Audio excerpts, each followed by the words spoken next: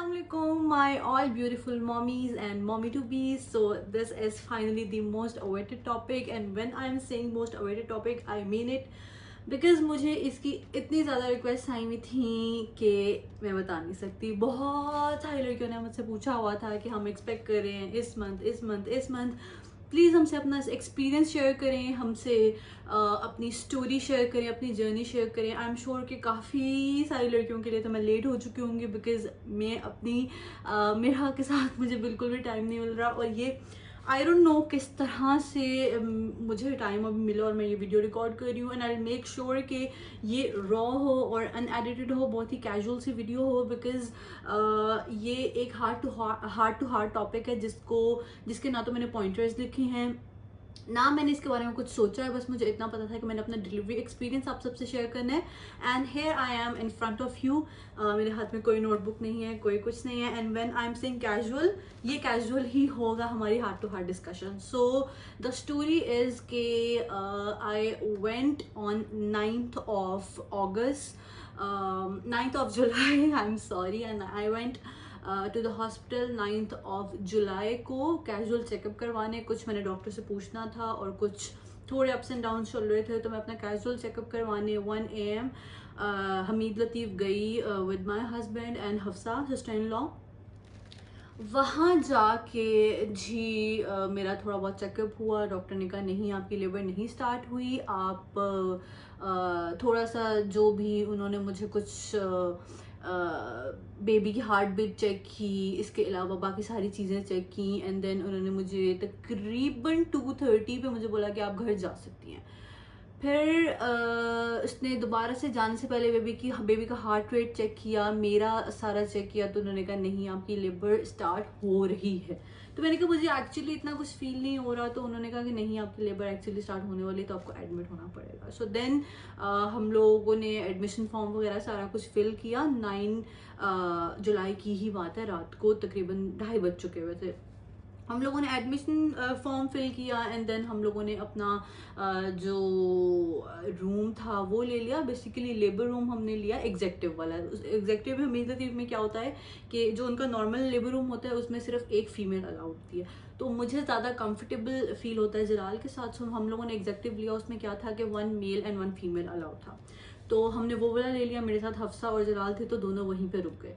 फिर मेरी actual labour जो है वो 3:30 स्टार्ट हुई।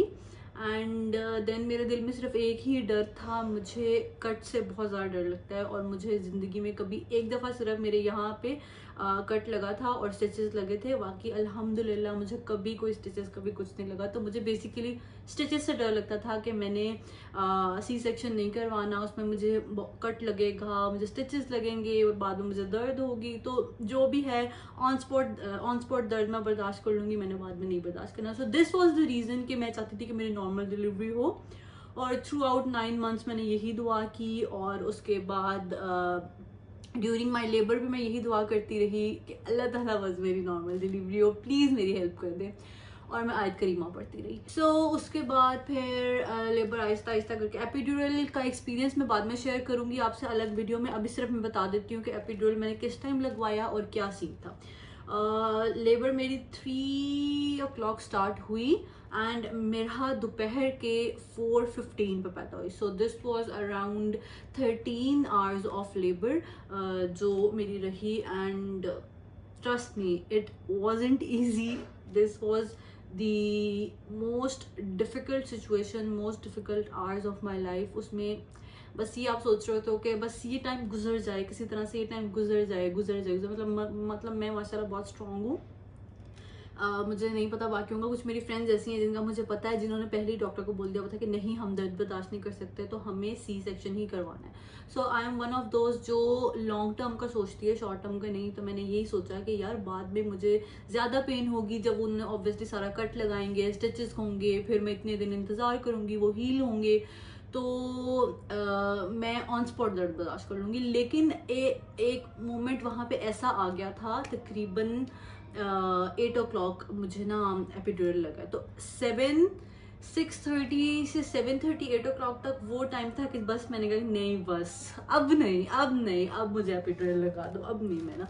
तो वो एपिड्यूरल की डॉक्टर भी अलग होती हैं, वो लगाने आई। खैर जो भी सिनेरियो था एपिड्यूरल का वो मैं आपसे अलग डिस्कस करूंगी। फिर मुझे 8 ओ क्लॉक जाके एपिड्यूरल लगा। एपिड्यूरल का जो असर है वो 10 मिनट में होने लग जाता है, फिर उससे काफ़ी ज़्यादा बेहतर हो गया।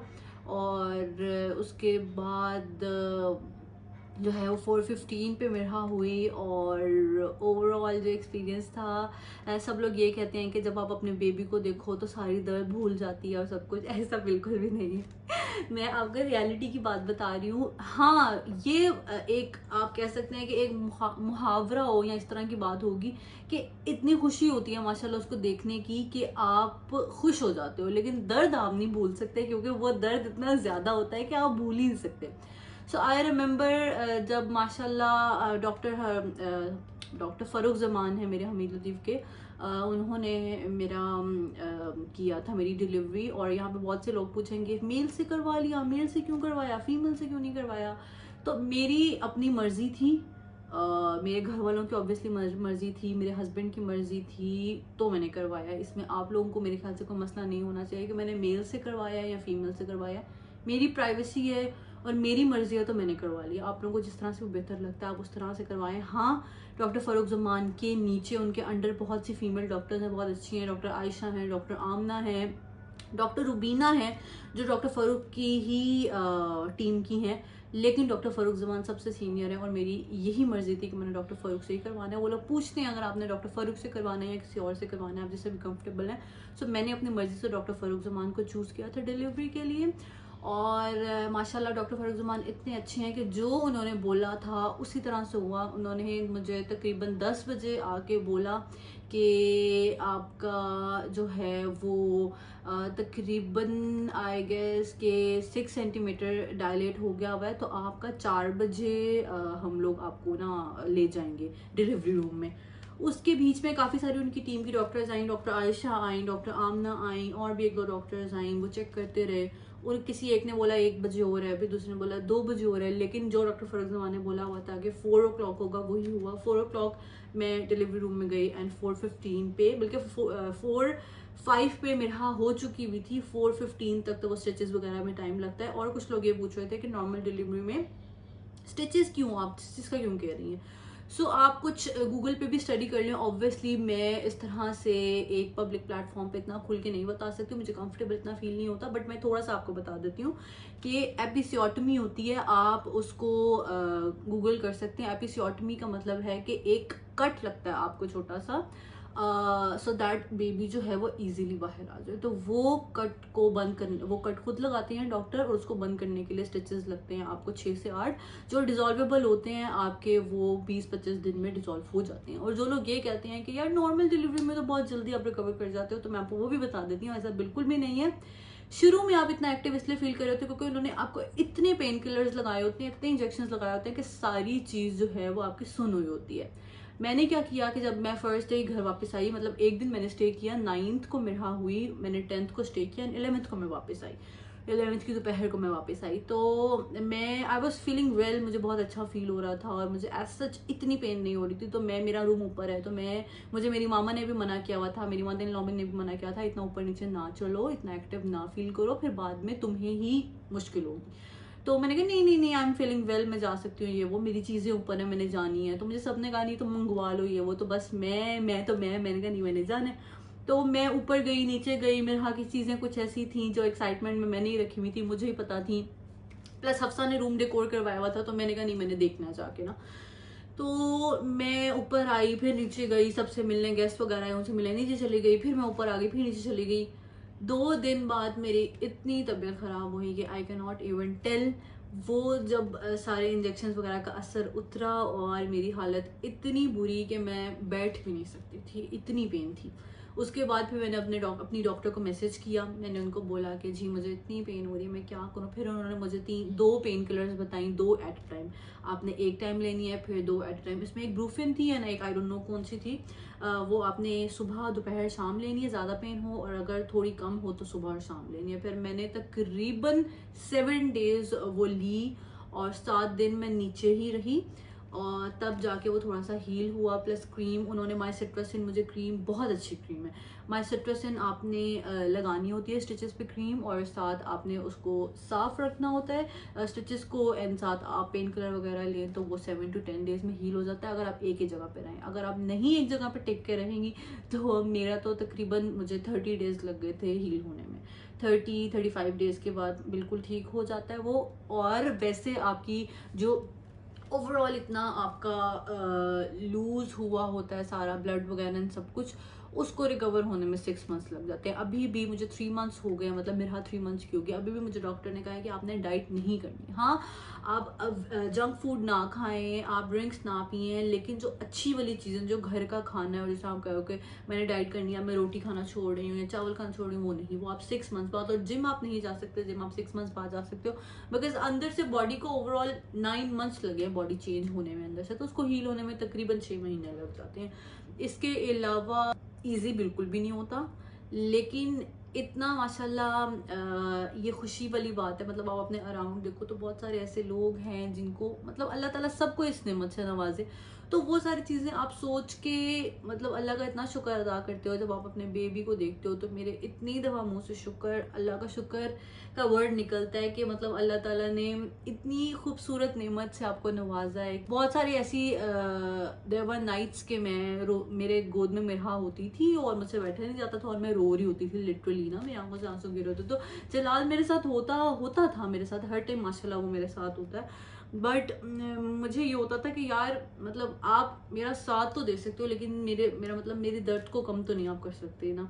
तो मतलब वो टाइम गुजर जाता है, लेकिन ऐसा नहीं है कि आप अपना दर्द उस टाइम आपको ना हो। बेबी 40 डेज में बहुत तंग करता है, हर 2 घंटे बाद उठता है। और अगर आप बिल्कुल न्यू मॉम है तो आपको ये भी नहीं बता सकते आपके बेबी को हो क्या रहा है, इसको सर्दी लगेगा, स्पेशली अगर इस मौसम में बेबी पैदा हो। जब मेरा था वो तो चलो गर्मियों में थी ना, वो तो एसी का बहुत ज़्यादा ख्याल रखना पड़ता है। एसी का लोग पूछ रहे थे कि आपने बेबी 40 डेज से पहले कहते हैं एसी नहीं चलाना चाहिए, आप एसी में रही है वो, तो हाँ मैं पूरे 40 डेज स्टिचेस के साथ एसी में रही, मेरा भी एसी में रही शुरू से। ये था कि एसी में बिल्कुल स्लो पे रखती थी, 27-28 पे मैं रखती थी, पूरा गर्मियाँ मैंने 27 पे एसी रखा है। और कोई वैसा मसला नहीं होता, बस आप बेबी को कवर करके रखो। और सर का मुझसे पूछ रहे थे कि मैंने सर किस तरह से बनाया, तो मैंने सर भी बिल्कुल भी किस तरह से नहीं बनाया। इवन मैं जो उसको पिलो यूज़ करती हूँ वो भी बहुत सॉफ्ट है, आप लोग देखते होंगे मेरे इंस्टा स्टोरीज में। तो जब बेबी खुद से सर हिलाना, जिस तरह वो माशाल्लाह अपना सर खुद से संभाल लेती है, तो जब बच्चा खुद सर संभालना शुरू कर देता है तो ऐसे ऐसे खुद ही सर जब टर्न करता है तो उसकी खुद ही शेप बन जाती है, बनाने की कोई ज़रूरत नहीं है, बच्चे को अजियत में डालने की कोई ज़रूरत नहीं है। तो बस ये बात है। और मैं इस तरह से सोच के इसलिए बोल रही हूँ बिकॉज मैंने कोई पॉइंटर्स नहीं लिखे हुए, I just wanted it to be raw and natural. तो मैं बस जो मेरे जहन में आ रहा है मैं आप लोगों से वो शेयर कर रही हूँ। बाकी अगर आप लोगों ने कुछ भी मुझसे पूछना हुआ आप कमेंट्स में पूछ सकते हैं। डॉक्टर फ़ारूक ज़मान का मैंने आप लोगों को बताया था कि 2.5 लाख मेरा हमारा लगा था। वो इस वजह से क्योंकि डॉक्टर फ़ारूक ज़मान की पर्सनली जो डिलीवरी की फ़ीस है फॉर नॉर्मल डिलीवरी वो मेरे ख्याल से 75,000 है। बाकी जो है वो क्योंकि एग्जेक्टिव हम लोगों ने लेबर रूम लिया हुआ था उसके चार्जेस हैं। इसके अलावा जो मेडिसिन वगैरह आती हैं उसके चार्जेस होती हैं। इसके बाद एपिड्यूरल के अलग से चार्जेस होते हैं, जितने आप सेशंस एपिड्यूरल के लगवाओ उसके अलग चार्जेस होते हैं। इसके बाद मैंने डिलीवरी के बाद 1 दिन रूम लिया था उसके अलग चार्जेस हैं। तो सब चीज़ों के चार्जेस मिला के 250 के बन जाता है। बाकी आप लोगों की मर्जी, आप नॉर्मल रूम लें तो वो ऑब्वियसली वो कम होता है। बाद में डॉक्टर ने नहीं कहा था लाजमी आपने रूम लेना है, या डॉक्टर ने कहा था आप बिल्कुल ठीक है, लेकिन हम चाहते हैं कि आप 1 दिन रुक जाएं ताकि हम सब कुछ ऑब्जर्व कर लें। तो उसके लिए हमने रूम ले लिया था। वो ज़रूरी नहीं है, अगर आप लोग नहीं लेना चाहते तो वो आप उसी टाइम डायरेक्ट घर जा सकते हैं। और हमीद लतीफ़ में ये होता है कि 1 लाख पहले ऑन स्पॉट, अगर जब आपकी मतलब एडमिशन फॉर्म हम लोगों ने फिल किया तो 1 लाख आपको स्ट्रेट जमा करवाना पड़ता है फॉर नॉर्मल डिलीवरी। डॉक्टर पहले बता ही देते हैं ना कि हमें यही लग रहा है कि नॉर्मल डिलीवरी है, अगर अल्लाह ना करे कुछ ऊपर नीचे हुआ तो फिर हम सी सेक्शन की तरफ जाएंगे। तो उसके लिए अगर आपकी नॉर्मल डिलीवरी है तो 1 लाख जमा करवाना पड़ता है, और अगर आपका सी सेक्शन है तो 3 लाख पहले जमा करवाना पड़ता है हमीद लतीफ़ में। ये हो गया। और इसके अलावा बस मुश्किल तो था सब कुछ, लेकिन अल्हम्दुलिल्लाह सब कुछ स्मूथली हो गया। और आयत करीमा आपका भी अगर टाइम करीब है तो आयत करीमा पढ़ते रहें। और बस दुआएं करते रहें, मेरी दुआएं आपके साथ हैं। I guess this is pretty much it, सब कुछ क्लियर है। बाकी जो भी कुछ पूछना हुआ you can ask me in the comments down below and I would love to answer you all and best of luck. जो भी जिनकी भी ड्यू डेट बहुत करीब है, अल्लाह ताला आपको एक हेल्दी सा खूबसूरत सा प्यारा सा बेबी दे और आपको भी सेहत अता करे। दैट्स इट, अपना बहुत ज़्यादा ख्याल रखिएगा। I love you all, take care, Allah हाफिज़।